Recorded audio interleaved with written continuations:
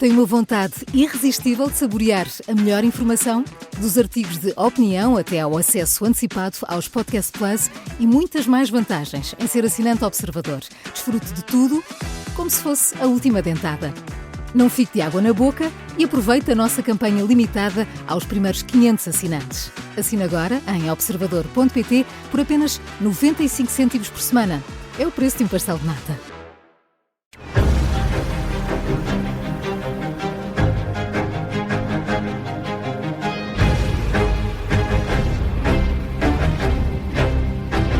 Foi o primeiro presidente da Comissão de Recrutamento e Seleção para a Administração Pública, é também profundo conhecedor dos temas relacionados com a Administração Pública. Bem-vindo, João Bilhin. Obrigado por se juntar ao Direto ao Assunto.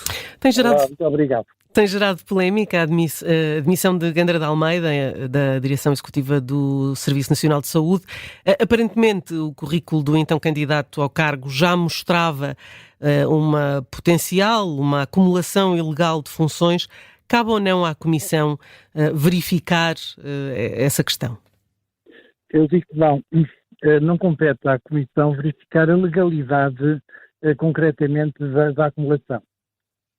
Vamos começar do princípio. Se ele acumulou ilegalmente, em primeiro lugar, há que chamar a atenção a quem autorizou essa acumulação ilegal. Em segundo lugar, há que chamar a atenção a quem pagou, quem é que foi o responsável, quem foi o tesoureiro que pagou essa acumulação ilegal. Em terceiro lugar, uma vez que isso aconteceu, compete, do meu ponto de vista, repare, não se trata de um concurso, trata-se concretamente de um nome apresentado pelo Governo, porque é para gestor público. Portanto, pelo Governo, trata-se ao membro do Governo fazer um escrutínio a sério dessa personalidade antes de enviar concretamente para a CRESAP. Porquê? Porque a CRESAP não tem poderes, nem de polícia, nem tem poderes de auditoria, nem tem poderes de inspeção. Se a CRESAP quisesse concretamente indagar se essa acumulação que lá estava era ilegal ou não, a entidade a quem a CRESAP se dirigisse recusar-se-ia concretamente a responder. Acresce que, se fizesse essa pergunta, repare, o processo ainda está em segredo. O membro do Governo manda em segredo aquele nome para a CRESAP para ser apreciado para ver a sua adequação. Automaticamente, do outro lado, a quem se perguntasse, ao serviço que se perguntasse sobre a legitimidade ou não daquela acumulação, já sabia que ele estava a ser avaliado pela CRESAP, ou seja, lá ia à vida ao segredo. Portanto, não só a CRESAP, nos seus estatutos, não tem esses poderes, como também deturpava o próprio processo, diria assim, o ambiente em que o próprio processo de avaliação da candidatura daquele candidato deve-se proceder, deve ser feita. Portanto, à CRESAP apenas compete avaliar o quê? Avaliar de acordo com aqueles 12 critérios que são os da lei, ou seja, saber da competência do candidato. Ou seja, o membro do Governo definiu um perfil. Quando o membro do Governo envia este pedido de avaliação para a CRESAP, envia concretamente os seguintes documentos. Faz um pedido de avaliação de perfil, manda um perfil, dizendo assim, o candidato deve ter este perfil, com estas características, etc. Manda o currículo do candidato e manda concretamente uma resposta que o candidato deu às 12 questões que se encontram no site da CRESAP. Isso tudo faz parte do processo. Ora, exatamente no momento em que eu acredito que a senhora Ministra, diria assim, não soubesse que aquela acumulação era ilegal, admito que sim, portanto não tenho argumentos para dizer que ela tinha conhecimento, mas se não tinha conhecimento devia efetivamente esmiuçar bem a coisa, porque tratando-se de um cargo por um lugar com uma exposição tão grande como era aquele, eu diria assim, ela não diga, mas alguém do seu gabinete não tem tempo concretamente para fazer a verificação de um currículo, então apresenta-se concretamente um nome à CRESAP para ser avaliado sem primeiro se tenha feito um escrutínio interno, a saber se aquele candidato no mínimo reúne do ponto de vista administrativo as condições para ir à CRESAP. Está a ver, é que a CRESAP não vai avaliar a questão administrativa, certo. avalia apenas o conteúdo, se na prática o itinerário profissional daquele indivíduo, corresponde efetivamente ao perfil que o próprio governo definiu. Mas deixe-me colocar-lhe esta questão, João Bilhinho. A Gandra de Almeida terá dito na entrevista ou no questionário que não tinha qualquer incompatibilidade ou impedimento. Numa situação abstrata, a CRESAP acredita na palavra do entrevistado ou em alguma circunstância poderá ir verificar alguma situação ou alguma declaração que seja feita por parte do entrevistado? Falando em termos abstratos, claro. Eu sei. Não tem hipótese. Tem mesmo de acreditar e vou-lhe dizer por que razão é que isso entrou. Quem introduziu isso foi eu. Introduzi ali mais ou menos em 2013. Porquê? Porque nós fomos, por acaso nem se tratava de um gestor público, tratava-se de um concurso. Houve alguém que concorreu, e digo-lhe até aqui, à Comissão de Desenvolvimento Regional da Região Centro, e que tinha uma sentença transitada em julgado, que estava impedido de exercer um cargo de gestão numa empresa pública ou privada. Portanto, a sentença tinha transitado em julgado. Só que a CRESAP não tem competência para pedir à Justiça informação sobre concretamente os candidatos. Ou seja, nós não sabíamos, até que os jornais levantaram esse problema, não é verdade? Então nós, a partir daí, passamos a pôr no final do questionário uma cruzinha em que o candidato afirma, sob sua honra, que não omitiu nada, nem acrescentou nada que possa prejudicar concretamente a avaliação daquela candidatura. Depois, isto que foi feito para os concursos, alargou-se também concretamente à avaliação do perfil. Portanto, isso é o máximo que a CRESAP fez, que a CRESAP pode fazer. E mesmo assim, repare, o que o candidato declara é que não tem nenhuma incompatibilidade para o cargo em concreto. Ou seja, não incompatibilidades passadas. Não efetivamente por o seu passado. O que se pode dizer é assim, vamos imaginar se agora aquilo for esmiuçado do ponto de vista por uma autoridade administrativa. O que é que irá fazer? Vai dizer assim, bom, mas nesse caso ele também indiretamente faltou à verdade, prestou falsas declarações porque o exercício ilegal de funções de alguma forma influenciou a decisão que foi tomada pela CRESAP para aquele cargo. Ou seja, na prática, ele tendo acumulado e ele revela concretamente um estoque de conhecimentos e de experiências que, ainda por cima, independentemente de ter sido de forma regular ou irregular, que o vai beneficiar. É quase um paradoxo. Ele vai sair mais beneficiado com aquilo, porque como a CRESAP não pode se inteirar se aquele exercício foi regular ou não foi regular, sabe que ele exerceu aquela função. Se eventualmente ele acrescentar ao descrever a função que fez isto e fez aquilo, e quem for analisar o processo achar que efetivamente é coerente o exercício da função que ele teve com os resultados que ele diz ter atingido, isso ainda por cima vai pesar positivamente na avaliação da CRESAP, porque a natureza da avaliação da CRESAP não é uma natureza administrativa, não é de auditoria. Aí essa função da auditoria compete aos órgãos de auditoria, que são as inspeções gerais, que têm essa função. Uhum. O Primeiro-Ministro veio dizer ontem no Conselho Nacional do PSD que competia ao governo anterior verificar que já existia uma acumulação de cargos. Isto faz sentido?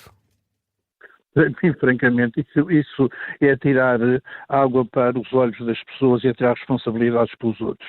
Do meu ponto de vista, é quem vai concretamente apresentar o nome à CRESAP, um membro do governo, é que tem de esmiuçar aquela entidade, ver todo o seu currículo, pôr alguém no gabinete e efetivamente fazer uma avaliação de pormenor e só depois indicar o nome à CRESAP. Quer dizer, é que, mais uma vez eu digo, não se trata de uma pessoa que apareceu ao acaso num concurso. Trata-se de um nome indicado pelo próprio membro do governo como sendo capaz de exercer aquela função e que apenas precisa de ir à CRESAP, porque a lei assim o obriga, portanto, o parecer da CRESAP é obrigatório, mas nem sequer é vinculativo. Ou seja, a CRESAP até pode dar um parecer negativo e o governo pode na mesma nomeá-lo.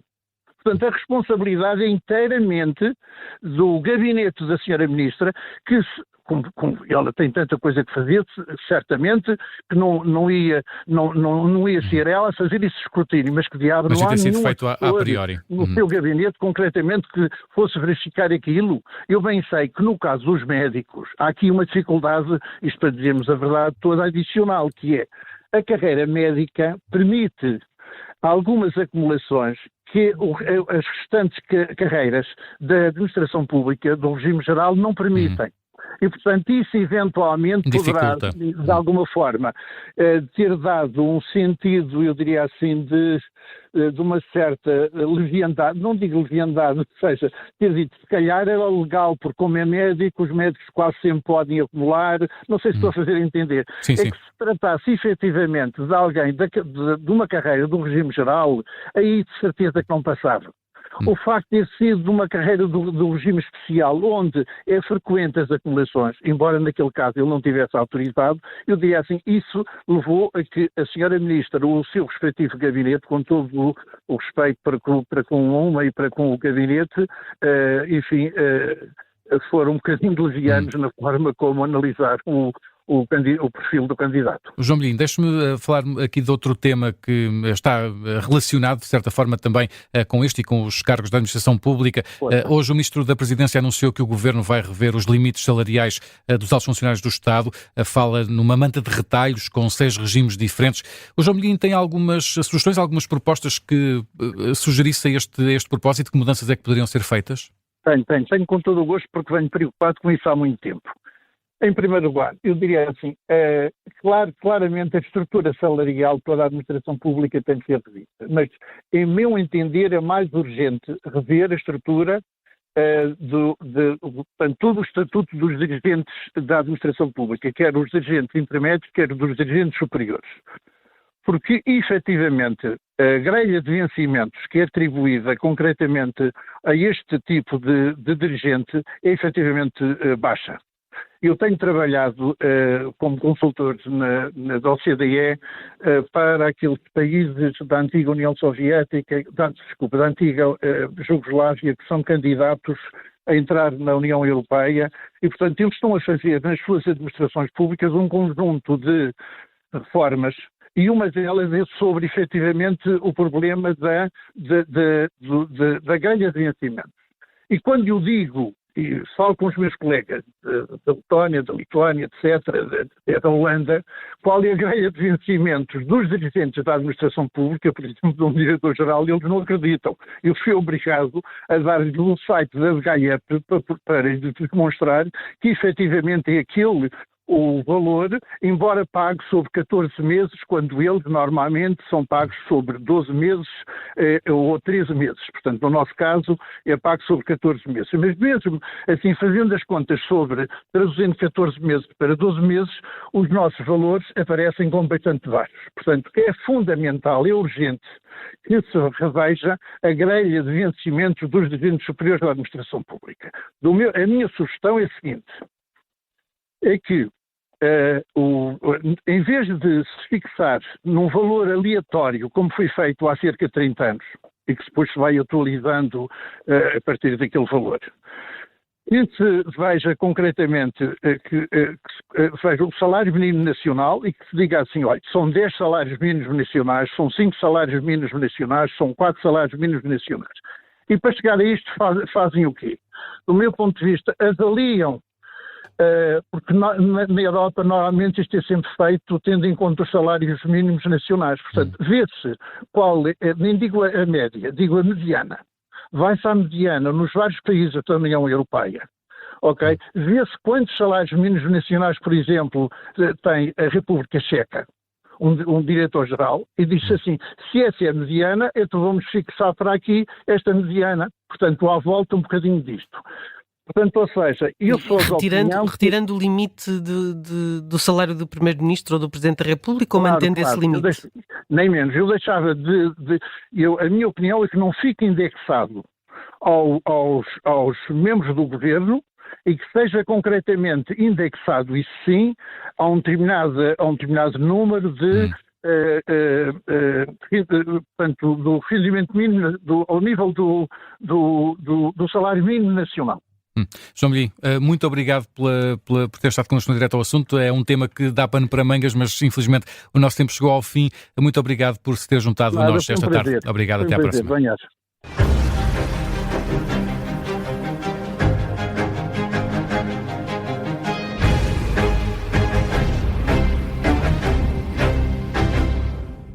Se gostar deste podcast, pode seguir, dar 5 estrelas e comentar o episódio na Apple Podcasts ou no Spotify.